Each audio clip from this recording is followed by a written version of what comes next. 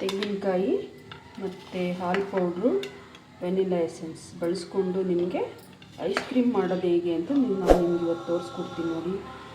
ನೋಡಿ ತೆಂಗಿನಕಾಯಿಗೂ ತುರ್ಕೊಂಡಿದ್ದೀನಿ. ಇದು ಹಾಲು ಪೌಡ್ರು. ಇವಾಗ ತೆಂಗಿನಕಾಯಿನ ರುಬ್ಬಿ ತೆಂಗಿನ ಹಾಲನ್ನ ತಗೊಳ್ಳೋಣ. ಇದಕ್ಕೆ ಸ್ವಲ್ಪ ನೀರು ಹಾಕ್ಕೊಂಡು ರುಬ್ಕೊಂಡ್ಬರೋಣ. ಸ್ವಲ್ಪ ಗಟ್ಟಿ ಹಾಲೇ ತೆಗಿಬೇಕು, ಜಾಸ್ತಿ ನೀರು ಹಾಕ್ಬಾರ್ದು. ಸ್ವಲ್ಪ ನೀರು ಹಾಕಿ ಗಟ್ಟಿ ತೆಂಗಿನ ಹಾಲನ್ನ ತಗೊಳ್ಳೋಣ. ನೋಡಿ ಇವಾಗ ತೆಂಗಿನ ಹಾಲು ರೆಡಿಯಾಗೈತೆ.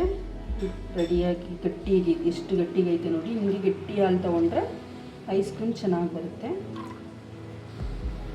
ಜಾಸ್ತಿ ನೀರು ಹಾಕಿ ತೆಳ್ಳೆ ಥರ ಇದ್ದರೆ ಅಷ್ಟು ಟೇಸ್ಟ್ ಇರಲ್ಲ.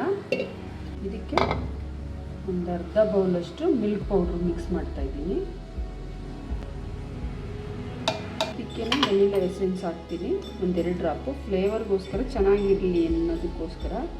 ಇದು ತೆಂಗಿನಕಾಯಿ ಟೇಸ್ಟೇ ಇರುತ್ತೆ, ಸ್ವಲ್ಪ ಒಂಚೂರು ಹಾಕೋದ್ರಿಂದ ಒಳ್ಳೆ ಫ್ಲೇವರ್ ಇರುತ್ತೆ ಅಂತ ಹಾಕ್ತಾಯಿದ್ದೀನಿ.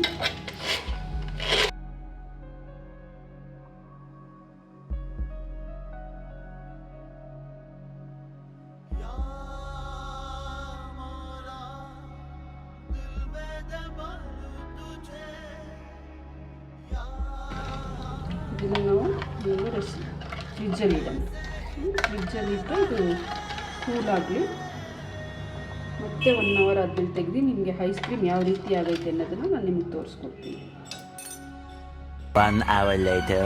ಫ್ರೆಂಡ್ಸ್ ನೋಡಿ, ಫ್ರೀಸ್ ಆಗಿದೆ ತೆಂಗಿನಕಾಯಿ ಐಸ್ ಕ್ರೀಮ್. ನೋಡಿ ಫ್ರೀಸ್ ಆಗಿದೆ, ಐಸ್ ಕ್ರೀಮ್ ಆಗಿದೆ. ಈಗ ಎದ್ದು ಕೊಡ್ತಿದ್ದಾರೆ ನೋಡಿ ಫ್ರೆಂಡ್ಸ್, ಎಷ್ಟು ನೀಟಾಗಿ ಬರ್ತಾ ಇದೆ ಅಂತ.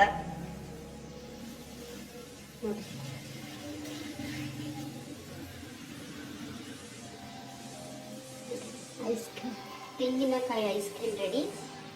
ಈಗ ಇದು ಸವಿಯಲು ಸಿದ್ಧ.